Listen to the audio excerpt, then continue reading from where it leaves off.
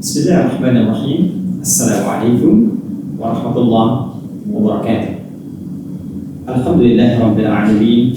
Wassalatu wassalamu ala Rasulillahil karim Sayyidina Muhammadin wa ala alihi wa sahbihi wa dhurriyyatihi wa ummatihi ila yaumiddin. Wa ba'd. Saudara-saudariku, pemirsa Aku Suka dimanapun Anda berada, alhamdulillah, bersyukur kepada Allah Subhanahu wa Ta'ala kita bisa dipertemukan kembali, dan terpenting dari itu diberikan kesempatan menunaikan ibadat siam sampai dengan hari ke-27 ini. Tentunya kita membiasakan bermohon kepada Allah Subhanahu wa Ta'ala semoga seluruh rangkaian ibadah kita berkenan diterima oleh Allah Subhanahu wa Ta'ala dengan penerimaan terbaik. Bagaimana kenikmatan ibadah sampai dengan hari ke-27 ini? Sudah ada rasa ketentraman di malam-malam Ramadan, sehingga dengan itu terasa ada perbedaan yang memberikan sinyal tibanya malam Al-Qadar itu. Bagaimana kuantitas bacaan Al-Qurannya, kualitas pelajaran fikihnya? Semoga di hari ke-27 ini insya Allah lebih baik dibandingkan hari-hari sebelumnya yang telah kita lalui. Teman-teman, di pertemuan yang lalu kita telah uraikan tentang hakikat penerimaan seorang hamba yang tengah menunaikan siam Ramadan, dan kita sepakati berdasarkan narasi Al-Quran dan Sunnah Rasulullah SAW bahwa indikator penerimaan ibadah siam Ramadan terletak pada satu aspek yang disebut dengan takwa. Puncak segala kebaikan yang menghimpun dua jalur utama, yaitu aspek peningkatan kualitas ketaatan yang ditandai dengan banyak mengerjakan amal saleh, dan yang kedua adalah sikap yang kuat dalam konteks meninggalkan maksiat yang seringkali ditandai dengan dikerjakannya amal salah. Dari sini memunculkan kemudian istilah yang disampaikan para ulama guna mendefinisikan kalimat takwa ini, mengerjakan seluruh perintah Allah. Yang dimaksud aspek yang pertama yang ini saleh, kemudian yang kedua meninggalkan segala larangannya, yang dimaksud aspek yang kedua yaitu meninggalkan amal saleh. Jika mampu mengerjakan ini, maka kita masuk dalam golongan elit. Saya katakan golongan elit karena nanti tahapan-tahapan dalam Al-Quran ketika membincangkan aspek spiritualitas keberagamaan kita, maka Al-Quran memberikan beberapa tahapan yang sangat indah. Dan yang pertama, predikat sebagai seorang muslim, muslim, kemudian diisi dengan iman masuk ke dalam jiwa. Jadi kalau baru diucapkan di lisan, asyhadu an la ilaha illallah wa asyhadu anna Muhammadar Rasulullah, ini secara formalitas muslim sudah masuk menjadi kategori orang yang memeluk Islam. Frame kehidupannya mengacu pada nilai-nilai dan petunjuk ke Islam. Ketika kalimat itu masuk ke dalam jiwa dengan dasar keyakinan kuat tanpa ragu kepada Allah, maka dia bertransformasi kemudian menjadi mukmin. Nah, mukmin inilah kemudian yang bisa menampung kekuatan iman dalam jiwa, sehingga dengan kekuatan iman ini diberikan pancaran cahaya untuk bisa berbuat amal saleh dan meninggalkan amal salah. Baik, ketika ini bisa dimaksimalkan dan diuji dengan peningkatan amal saleh dalam bentuk ibadah. Karena itu sering saya katakan perbuatan amal saleh seringkali diiringi dengan kalimat iman sebagai tanda penguat iman dan bukti kebenaran iman kita. Wal 'asr innal insana lafi khusr illa alladziina amanu iman wa 'amilus shalihat.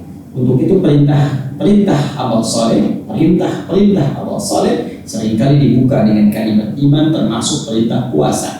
Ya ayyuhalladzina amanu kutiba alaikumus syiyam. Iman dulu baru puasa dalam bentuk amal saleh.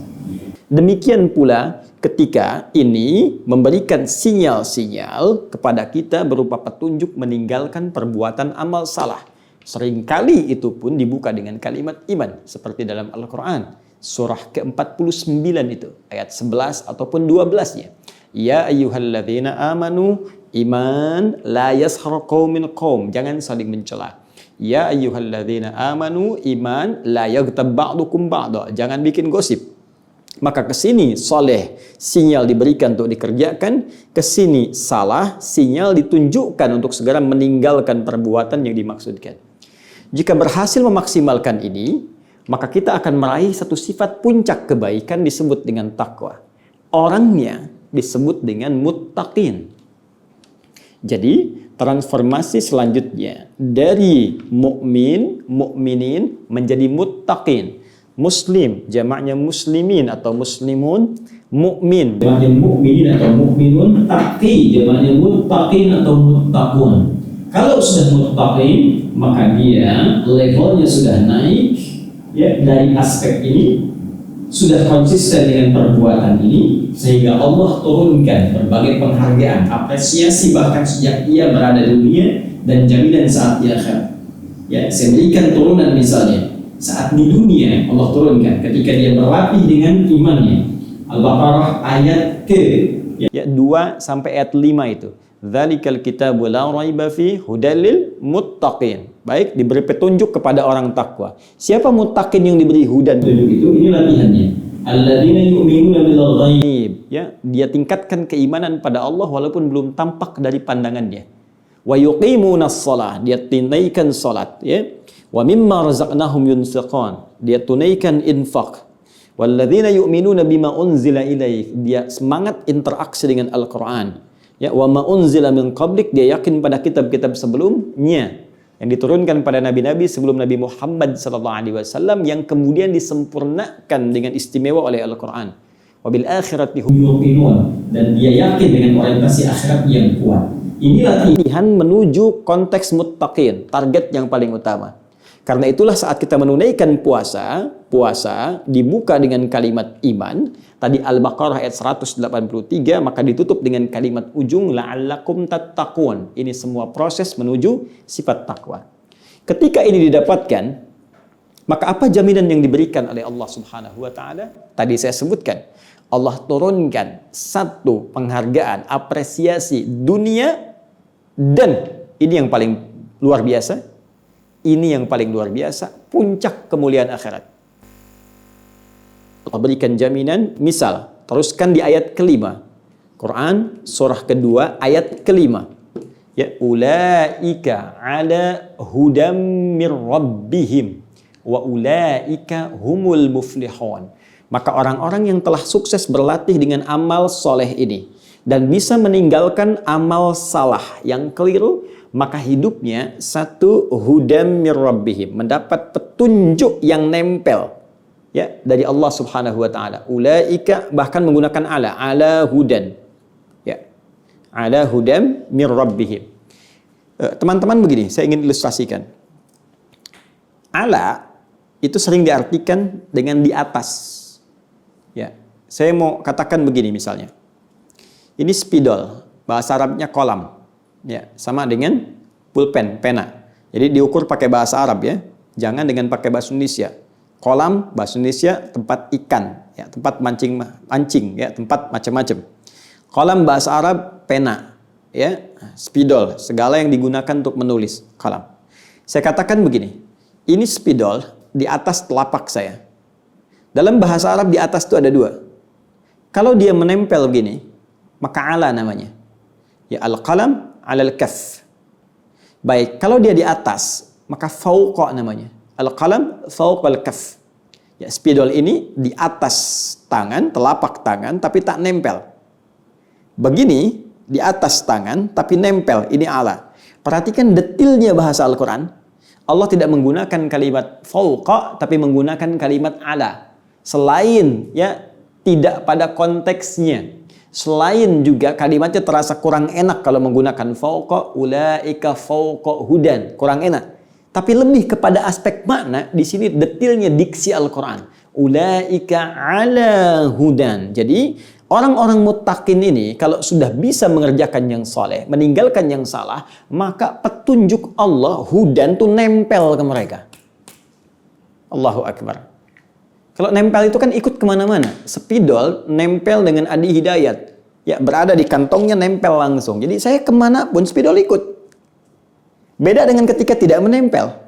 Ya, dekat dengan saya tapi nggak nempel. Ya, misal disimpan di sini. Ini dekat. Saya simpan misalnya di atas meja seperti ini, tapi tidak menempel dengan saya.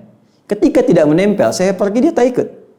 Ini yang paling dahsyat. Kata Allah, ulaika, orang-orang takwa ini yang sudah berhasil mengerjakan amal saleh, meninggalkan yang salah, ala hudam mir rabbihim, maka ditempel terus oleh petunjuk Allah Subhanahu wa taala.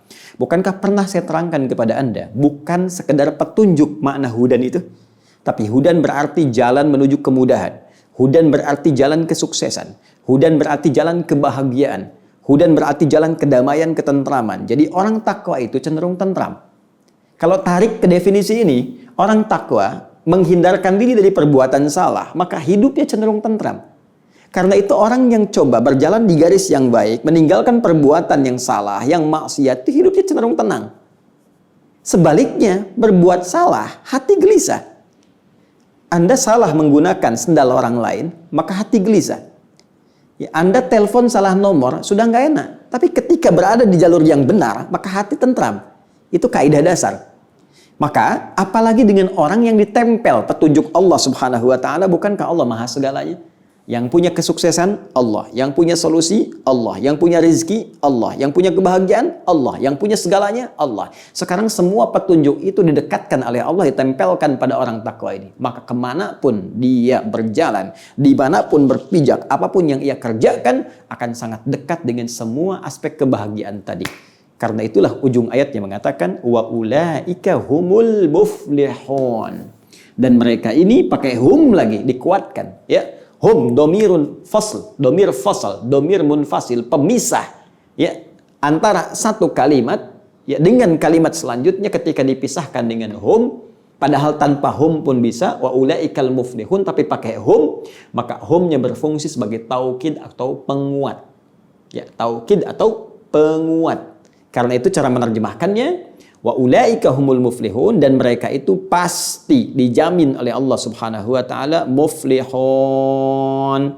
Fokus dari kata aflaha yuflihu. Akar kata utama kata aflaha itu falahun, ya, falaha yaflahu. Falah dari falaha. Falah, bahagia. Falah, sukses. Falah, menang. Ya. Aflah, menggenggam kebahagiaan. Aflah, menggenggam kesuksesan. Aflah, menggenggam kemenangan. Orangnya disebut muflih. Karena itu orang-orang yang dekat, lekat dengan hudan dari Allah Subhanahu wa taala, maka humul muflihun, kata Allah, dipastikan, dijamin akan dekat dengan semua harapan indah yang diinginkan. Dekat dengan kemenangan, dekat dengan kebahagiaan, dekat dengan kesuksesan. Ini. Jadi ternyata kita diminta puasa itu agar menjadi takwa, sebetulnya itu jalan menuju kesuksesan. Jadi kalau orang benar puasanya, sukses. Orang benar puasanya bahagia. Orang benar puasanya itu cenderung indah hidupnya. Menang dia. Menang menaklukkan nafsunya, maka bahagia dalam hidupnya. Menang menaklukkan aktivitas tantangan kehidupannya, maka sukses dia raih dalam genggaman dia. Maka dari itu teman-teman sekalian, ada yang sangat menarik. Ketika kita mendapatkan hudan, ini poinnya, diberikan hudan, ini kita raih. Sekarang ayo kita keluarkan narasi ayat Al-Quran. Bagaimana mengurai kepada kita dengan indah semua korelasi ini. Ya, semua korelasi ini sampai kita menemukan poin yang paling dahsyat. Apa itu? Hudan, ini pemberiannya. Kalau ada yang memberikan, disebut hada kata dasarnya. Hada yahdi. Ya. Hadanallahu wa iyyakum. Hada, memberikan hudan. Jelas? Baik, ini kata dasar yang paling utama. Kalau kita ingin berikan tahapan, pakai ahda. Ya, Ahda yuhdi, itu untuk hadiah. Tapi kalau kita ingin tahapannya cepat, maka hilangkan kata tambahannya hada yahdi. Jelas? Baik. Memberi hudan itu hada. Memberi hudan kepada kita hadana, hadanallahu wa iyyakum. Memberi hidayah, hudan kepada Anda sekalian. Hadakum. Ya, hadakum. Begini. Baik. Sekarang misal, kalau kita ingin katakan Allah memberikan hidayah, hudan kepada kita sekalian. Alhamdulillah kita telah berpuasa sampai hari ke-27. Kita rasakan sinyal-sinyal itu. Sekarang sedang semakin senang ibadah, sunnah senang, baca Quran senang, maksiat nggak suka, lihat yang nggak nyaman tinggalkan, dengar yang tak enak jauhkan, bicara ada kosakata nggak bagus tinggalkan. Terasa itu, maka datang hudan Allah Subhanahu wa taala, maka langsung dikatakan oleh Allah dari Allah ke kita, dijadikan kita kata kedua, hadakum. Ya, saya katakan kepada Anda, Allah hadakum. Allah telah memberikan hudan kepada Anda. Baik. Nah, yang paling menarik teman-teman sekalian, kalimat ini hadakum bagi orang yang telah berhasil menunaikan siam ini dinarasikan oleh Al-Quran sebagai ucapan penghargaan. Statement Allah, firman yang diturunkan untuk memberikan apresiasi, penjelas kepada orang yang berhasil puasa bahwa dia diberikan hudan, yang dengan hudan itu dia akan menggenggam puncak kebahagiaan dengan nama muflihun. Perhatikan Quran surah ke-2 Al-Baqarah di akhir ayat 185. Lihat ke ujung-ujungnya. Ya, perhatikan kalimatnya. Walitukabbirullaha ala ma hadakum. Ya. Perhatikan, kalau saya baca dari depannya misalnya, ya, Quran surah kedua ayat 185. Syahrul Ramadan alladzi unzila fihi al-Quran hudan linnas wa bayyinatin minal huda wal furqan. Faman syahida minkum asy-syahra falyasum wa man kana maridan aw ala safar fa'iddatun min ayyamin ukhra. Yuridullahu bikumul yusra wa la yuridu bikumul usra wa litukmilul 'iddah wa litukabbirullaha 'ala ma hadakum. Allahu akbar. Kata Allah, kamu yang sukses dengan puasamu itu, kamu yang sukses dapat sinyal takwa ini, kamu yang sukses menjadi muttaqin itu, kamu yang sukses akan menjadi muflihun ini, hei, kamu sesungguhnya telah mendapatkan hudan dari Allah Subhanahu wa taala. Karena itu ekspresikan. Karena hudan itu nikmat. Sedangkan kaidah nikmat di surah Ad-Duha di ujungnya ditutup dengan kalimat wa amma bi ni'mati rabbika fahaddits. Coba lihat korelasinya. Awas, ini bukan ilmu cocoklogi. Kita harus baca Quran secara keseluruhan, nanti akan terlihat apa konteksnya, siyak. Apa kaitan dengan ayat sebelumnya, sibak. Apa kaitan dengan ayat setelahnya, lihaq. Jadi kalau Anda ingin memahami Al-Quran, manhaj dilihat kepada ulama terdahulu sampai ke Nabi, nggak cukup melihat satu ayat itu saja. Lihat ke depan, lihat ke belakang, apa korelasinya. Sekarang perhatikan, kata Al-Quran, wa amma bi ni'mati rabbika fahaddits. Kalau ada nikmat, boleh disampaikan, diungkapkan, diekspresikan, tapi dengan cara yang benar, bukan ria. Awas, tipis nanti. Maka kita bertanya kepada Allah, ya Allah supaya saya nggak ria. Bukan bikin status, alhamdulillah, ya dapat takwa nih, alhamdulillah dapat Lailatul Qadar nih, belum tentu. Ya, kita minta bimbingan ya Allah supaya nggak hilang amalan saya. Sebab kalau ria, gugur amalan. Itu kaidah. Ada di Quran surah kedua ayat 264. Ya ayyuhalladzina amanu la tubtilu shadaqatikum bil manni wal adza kalladzi yunfiqu malahu ria'an nas. Hai orang-orang beriman, jangan kau gugurkan amal ibadah kebaikan yang telah lelah engkau tenun itu dengan mengerjakan perbuatan yang merusak. Awas, hati-hati dan menghancurkan. Seperti orang infak yang ria. Maka ria itu bisa menghancurkan amalan. Salat ria, alladzina hum yura'un, gugur. Infak ria, puasa ria, nggak dapat hasil. Maka dari itu kita bertanya, ya Allah, bagaimana mengekspresikan kenikmatan ini ya Allah, dan saya tidak ria di dalamnya, ajarkan kami. Maka kata Allah, walitukabbirullaha. Takbir. Allahu Akbar, Allahu Akbar, Allahu Akbar. Ini takbir itu ekspresi kebahagiaan. Takbir itu ekspresi kemenangan. Takbir itu ekspresi kesuksesan. Ya, ini menarik. Teman-teman, coba kalau Anda mau uraikan lagi lebih dalam, lihat sini. Fokus baik-baik ya. Kita dapat hudan. Hudan diungkapkan dengan takbir. Gini ya, takbir. Urutkan nih. Fokus. Hudan ini mengantarkan kita pada derajat muflihun. Orang yang sukses, orang yang menang, orang yang bahagia. Akar katanya aflah. Aflaha yuflihu, orangnya muflih. Akar dari sini falah, dari falaha, yaflah, falahun. Sekarang perhatikan. Jadi falah ini punya arti sukses, punya arti menang, punya arti bahagia. Lihat sini, ya. Perhatikan baik-baik. Bukankah setiap hari 5 kali kita diajak sukses oleh Allah? Diperdengarkan. Perhatikan lewat suara muadzin, ya. Bukankah saat azan diperdengarkan, diputar tiap hari? Hayya 'alas shalah. Setelah itu, hayya 'alal falah. Karena itu seringkali ada running text untuk menerjemahkan itu, terjemahannya. Hayya 'alal falah, ada yang menerjemahkan, marilah kita meraih kemenangan. Mari kita mencapai kebahagiaan. Mari kita dapatkan kesuksesan. Lihat. Ah, sekarang perhatikan, lebih dalam lagi. Hayya 'alal falah, falah sukses. Ya, kita ungkapkan. Bagaimana cara mengungkapkannya? Yuk lihat perintah ibadahnya. Hayya 'alas shalah, salat. Ya kan? Salat bisa meraih ini. Poinnya bukan itu. Yang ingin saya tanyakan, ketika Anda salat, bagaimana cara memulainya? Bukankah dalam fikih salat itu ibadah yang buka muftatahatun bitakbiri, dengan takbir? Bukankah saat salat Anda mengucapkan Allahu Akbar?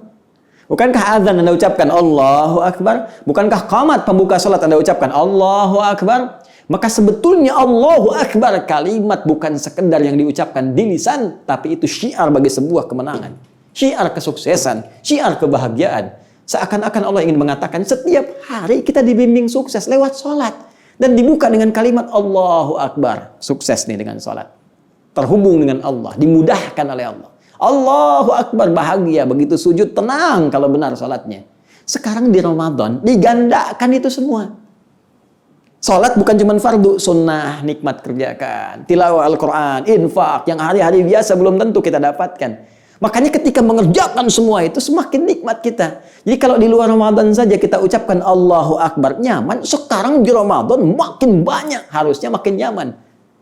Karena itulah saat selesai Ramadan, takbirnya makin banyak kita ungkapkan lebih daripada sebelumnya.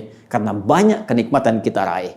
Itu yang menjadikan kata Allah, walitukabbirullaha. Ayo banyakin takbirnya, ekspresikan. Ekspresikan. Karena itu sahabat-sahabat Nabi yang mulia sallallahu alaihi wasallam banyak bertakbir. Ya. Dalam riwayat Al-Mustadrak karya Al-Imam Al-Hakim An-Naisaburi, nomor hadis 1106, 1106. Disebutkan bagaimana sahabat mulia Ibnu Umar radhiyallahu taala anhuma, Allahu akbar, ingin datang ke tempat sholat pun masih bertakbir. Allahu Akbar, Allahu Akbar, alhamdulillahi katsira. Ya, terus yang lain Allahu Akbar. Umar bin Khattab sejak sore ya bahkan sudah berjalan mengelilingi tempat. Allahu Akbar, Allahu Akbar, Allahu Akbar, Allahu Akbar. Perbanyak, perbanyak, perbanyak.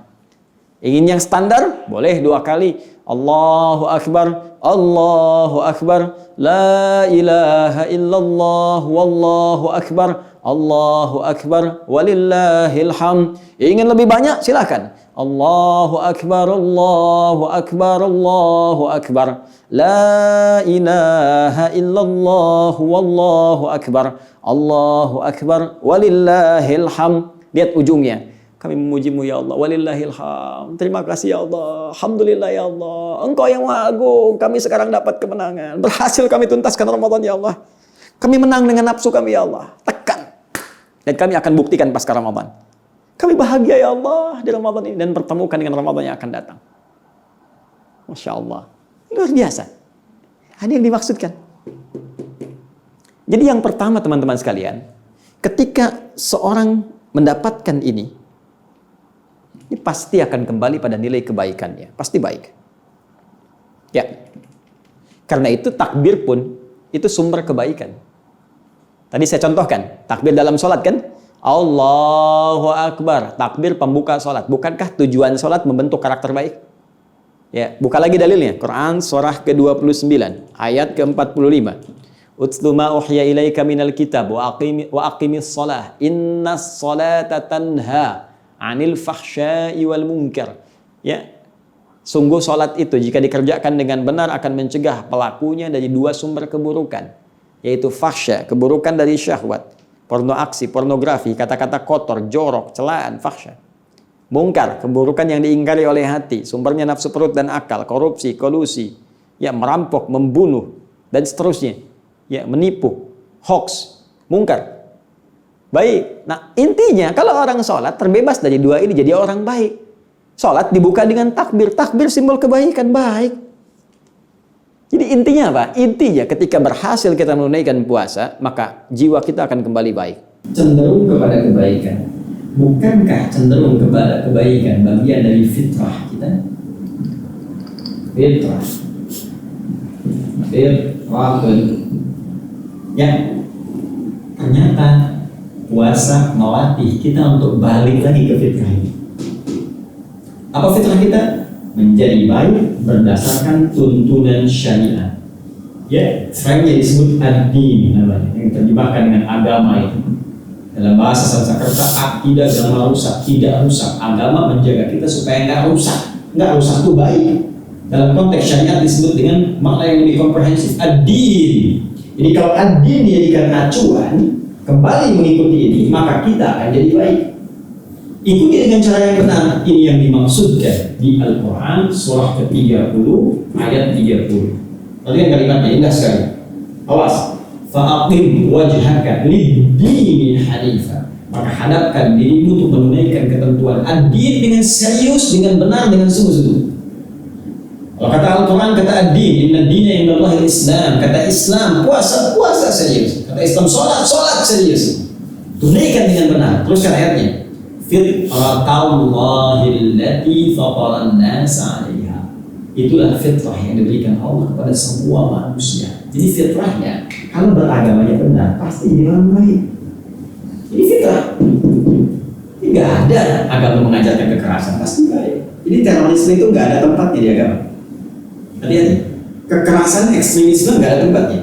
Jadi mustahil orang berdin, tadayun, beragama, berislam, apalagi berislam dengan baik, membuat teror, itu mustahil.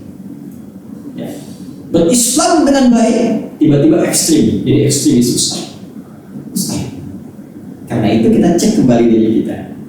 Jangan-jangan selama ini berislam, tapi lisannya tajam, lebih senang mencela dibandingkan mencinta, tidak proporsional, tidak menempatkan pada tempatnya. Ya, pendengaran tajam pada yang salah, ya, tumpul pada yang saleh. Penglihatan tajam pada maksiat, tapi buta akan minta. Kembalikan di sini. Jadi latihan puasa akan mengembalikan kepada fitrah kebaikan. Kembali disebut ada, ya'udu. Sifatnya in itu balik, pulang ke asal mula. Balik ke asal ya. Tempatnya disebut dengan ma'ad. Ibnu Qayyim al-Jauziyah punya kitab Zadul Ma'ad, bekal pulang. Waktunya disebut mi'ad. Quran surah ketiga, ya, ayat ke-9. Innallaha la yukhliful mi'ad. Ya, Allah tidak akan pernah menyalahi janji ketika waktu tiba pulang. Pulangnya disebut id, pulang kembali. Kalau kita turunkan id, balik, pulang. Kembali kepada fitrah, kembali kepada jalan yang baik, fitrah. Idul Fitrah. Kalau kita ingin sebutkan tandanya senang, tanda fisiknya, alhamdulillah senang, balik lagi jadi baik, nyaman, Allahu Akbar, Allahu Akbar, Allahu Akbar. Ramadan usai, tunjukkan dengan tanda fisik makan. Makannya disebut futur, iftar, sifatnya disebut fitri. Jadi, kalau Anda menyebutkan tanda fisiknya, kembali makan. Makan lagi, maka Anda sebutkan Idul Fitri. Idul Fitri. Tapi kalau Anda ingin menunjuk hakikatnya, esensinya, bahwa dengan makan itu tanda kebahagiaan bahwa kita telah menaklukkan nafsu. Kita telah menang. Kita berhasil. Maka bawa konteks kalimatnya kepada nuansa fitrah. Idul Fitrah. Kembali kepada fitrah kita, siap kita beraktivitas lagi. Makan, kerja lagi, turunan makan. dapat bekal yang baik ini yang kita gunakan untuk beraktivitas sebelum kembali kepada Allah Subhanahu wa taala. Itulah Idul Fitri. Jadi Idul Fitri bukan sekedar kumpulkan ketupat, cari pakaian yang bagus, penuhi mal-mal, penuhi pasar-pasar, hanya sekedar untuk mengoleksi dan menumpahkan nafsu saja. Nafsu materi, ya, nafsu perut untuk makan, kumpulkan semua menu, sampai segala ada, kan? Kalengnya kaleng biskuit, isinya ranginang, gitu kan? Semua dikumpulkan, belum tentu dimakan, sampai berpekan-pekan masih ada, tapi nggak mengembalikan ke fitrah. Kok bisa kumpul lebaran gosip lagi? Karena itu teman-teman sekalian, duduk, ini hari ke-27. Sebelum sampai ke suasana Idul Fitri, yang kita akan rayakan dengan kemenangan, kebahagiaan, ketentraman, Allah dengan bertakbir, Allahu Akbar, Allahu Akbar, Allahu Akbar. Yang terpenting di balik itu, cek dulu, kita ini orang yang menang atau bukan. Jangan-jangan bukan esensi di lisan kita bertakbir, kita cuma numpang takbir. Karena itu ulama mengatakan laisal idu liman labisal jadid. Bukanlah hakikat Idul Fitri itu orang yang mengoleksi pakaian baru. Lakinnal id liman taqwahu yazid. Tapi id itu hakikatnya, esensinya bagi orang yang sifat takwanya semakin bertambah. Cek. Kalau belum terasa, segera berusaha. Masih ada 3 hari ke depan. Yang belum tentu 3 hari ini menjadi hari yang kecil. Mungkin 3 hari ini akan mengubah perjalanan hidup kita selama 30 tahun ke depan dan mengoreksi kekurangan kita 30 tahun ke belakang. Mungkin 3 hari ini yang memperberat mizan kita di akhirat kelak ketika kembali kepada Allah Subhanahu wa taala. Mungkin 3 hari ini menjadi 3 hari yang paling istimewa pada diri kita, keluarga kita, dan mungkin 3 hari ini menjadikan bekal kita lebih baik di hadapan Allah Subhanahu wa taala. Saya kira itu, jika itu sudah kita pahami, tinggal kita bersyukur kepada Allah Subhanahu wa taala, dan tanda syukur ketika menerima banyak anugerah. Yang pertama dilakukan di rumus surah Al-Kautsar adalah salat. Bukankah Allah memberikan pesan ini kepada Nabi ketika turun surah ini? Bismillahirrahmanirrahim. Inna a'tainakal kautsar. Sungguh kami telah jamin berikan kepada Muhammad kenikmatan yang begitu banyak nanti di surga kami siapkan. Maka sekarang sebelum sampai ke sana, kamu kerjakan sebagai syukur kepada Allah. Apa ibadah pertama? Fasalli. Maka sholatlah. Karena itulah Nabi sholat sampai kakinya bengkak-bengkak untuk menunjukkan syukurnya kepada Allah. Ketika beliau selesai, belum tuntas, baru selesai bagian pertamanya, Sayyidah Aisyah melihat bengkak kaki dan mengatakan, "Mahadha ya Rasulullah bima ma'na?" Kenapa mesti begini? Apa jawab Nabi? Belum tuntas kalimatnya keluar. Alam takun ma'suman, bukankah engkau orang yang terjaga dari maksiat? Alam takun madmunan, bukankah engkau dijaga dari maksiat? Bukankah engkau dijamin surga? Apa jawab Nabi? Afala akunu 'abdan syakura. Apa enggak boleh aku menjadi hamba yang bersyukur ya Aisyah? Syukur. Syukur. Syukur. Bagaimana cara kita bersyukur kepada Allah? Salat. Bagaimana cara salatnya? Jika ada pandemi seperti ini, seperti apa caranya? Jika tidak memungkinkan kita berada di lapang, kemana kita harus lakukan? Jika tak mungkin juga di masjid, bagaimana cara sholat di rumah? Insya Allah edisi itu kita akan bahas dalam pertemuan berikutnya dengan izin Allah Subhanahu wa ta'ala. Selamat berbuka. Semoga Allah berkenan menerima siyam kita. Saya mohon maaf dari segala kekurangan yang mungkin terucap atau sikap yang mungkin nampak. Semoga dengan kelapangan hati Anda, kerendahan jiwa kita, semua kita diberikan penilaian istimewa di hadapan Allah Subhanahu wa taala. Subhanakallahumma wa bihamdika asyhadu an la ilaha illa anta astaghfiruka wa atubu ilaik wa akhiru da'wana alhamdulillahi rabbil alamin. Assalamualaikum warahmatullahi wabarakatuh.